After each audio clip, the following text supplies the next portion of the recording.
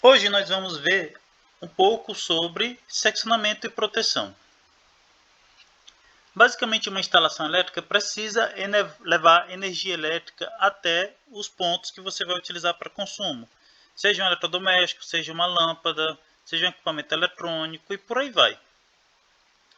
E você precisa prever proteção a esses equipamentos e principalmente as pessoas, e precisa prover a possibilidade de seccionamento. Ou seja, você precisa desligar uma lâmpada quando você não quer que ela fique acesa, ou você precisa desligar um circuito para realizar manutenção, como trocar uma tomada, por exemplo. Esses dispositivos de proteção, eles vão interromper em caso de sobrecorrente ou em caso de corrente de curto-circuito, para proteger o equipamento e a pessoa.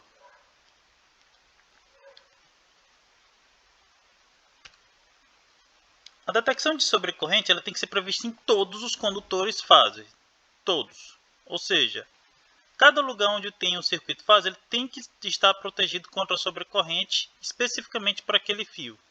Quando você tem, por exemplo, um quadro de distribuição, você tem a entrada de uma casa em 6 milímetros, bifásico, por exemplo, e você tem 6 disjuntores monofásicos para 6 circuitos monofásicos da casa.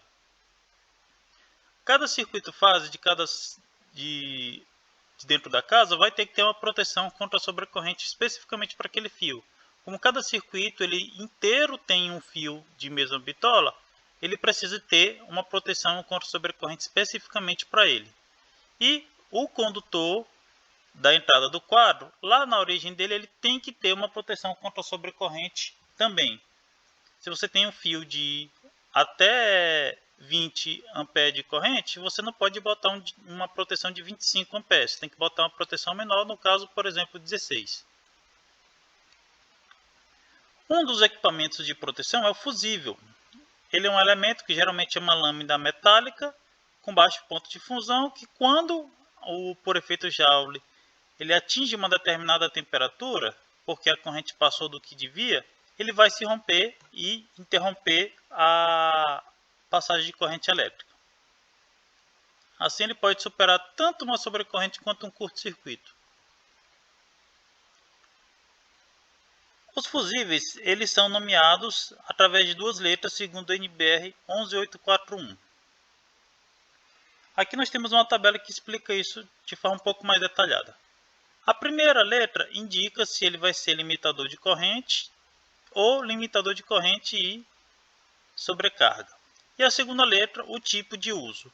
Um exemplo aqui, a M, A vem para fusível limitador de corrente, que só protege de curto-circuito, e o M porque é para um motor. Ou seja, você está protegendo contra um motor contra curto-circuito. Geralmente você vai ter uma proteção de sobrecorrente como um disjuntor lá no quadro. Outra opção é o fusível GG. G, que ele protege contra sobrecorrente e curto-circuito. E o segundo G, que é de uso geral. Isso aqui você pode utilizar para praticamente qualquer coisa. Existem vários formatos para fusível. Os mais comuns são os cilíndricos, os D e os NH. Os fusíveis cilíndricos são muito comuns em painéis e eles são utilizados para proteger principalmente quadros de comando ou equipamentos um pouco maiores. Aqui nós temos um exemplo de um fusível cilíndrico.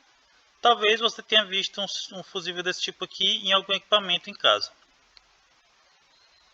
E aqui as especificações que ele dá. Por exemplo, ele pode ser GG ou AM.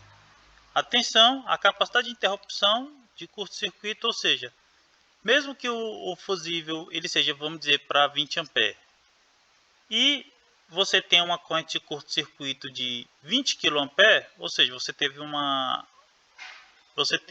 um curto-circuito entre duas fases e a corrente de curto-circuito, neste caso, se ela passar de 20 kA e a capacidade de interrupção for apenas de 20 kA, ele não necessariamente vai se romper. É importante você verificar a corrente de curto-circuito que varia de acordo com o condutor na linha. Os fusíveis tipo D, eles são comuns em instalações elétricas. Eles são muito comuns em quadros de comando de motores. Veja o exemplo aqui. Esse aqui é um fusível tipo D, ele geralmente tem uma tampa rosqueável para protegê-lo. Você vai desligar o equipamento, você desrosqueia a tampa para tirar, tira o fusível, coloca o novo, rosqueia de novo e está pronto para uso. Por fim, nós temos os fusíveis NH, que eles são muito comuns em quadros de distribuição, em subestações. Aqui nós temos alguns exemplos dele.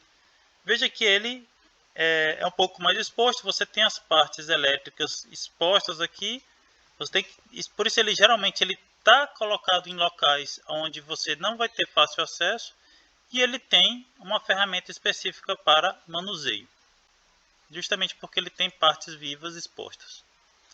Aqui são as curvas. Um fusível tipo NH com essa curva aqui, por exemplo, se ele for um de 4 A, significa que ele aguenta uma corrente de 100 A durante uma fração de 1 milésimo de segundo. Ou ele aguenta uma corrente de 20 amperes durante 1/10 de segundo.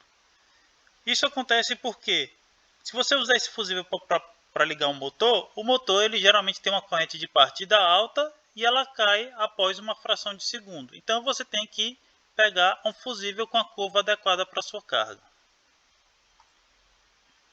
Além dos fusíveis, que tem o inconveniente de, uma vez que ele interrompe uma vez, você tem que trocá-lo, nós temos disjuntores, que são mais caros, porém eles protegem várias vezes ao longo da vida útil deles. Ou seja, ele protegeu contra a corrente de curto-circuito agora, ele desarma, depois que você resolve o problema, você liga de novo e não precisa trocar o disjuntor. Eles geralmente protegem contra sobrecorrente e curto-circuito. Os disjuntores termomagnéticos, eles têm a parte térmica, é para proteger contra sobrecorrente, e a magnética é contra curto-circuito. A NBR 5361 determina a forma que ele pode ser construído para que ele se adeque aos quadros disponíveis no mercado.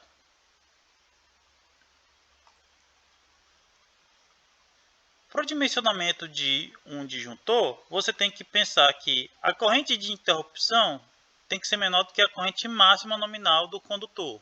Como eu falei, se você tem um condutor de 20 A, você tem que botar um disjuntor menor, 16 A, por exemplo.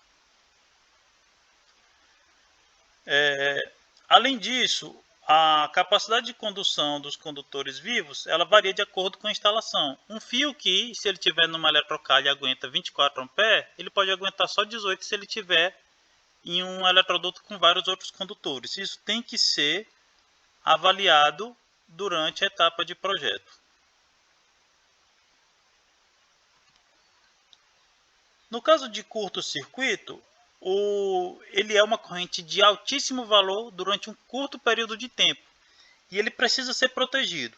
Não necessariamente o disjuntor daquele circuito precisa ter essa capacidade de supressão de curto-circuito.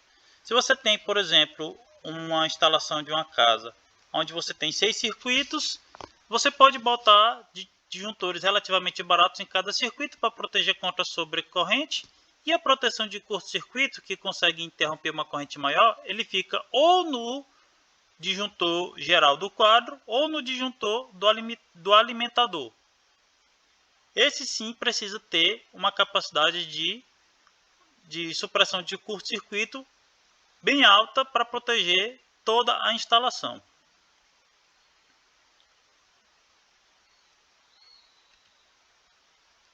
Aqui foi o que nós já falamos, a capacidade de interrupção tem que ser maior do que a corrente de curto-circuito, ela tem que ser calculada e o engenheiro projetista naturalmente vai fazer esse cálculo para dimensionar. Aqui nós temos uma equação que nós estamos colocando aqui para vocês, mas que por ser uma integral naturalmente a gente normalmente não cobra para o ensino médio. Na próxima aula nós vamos continuar essa parte de seccionamento e proteção.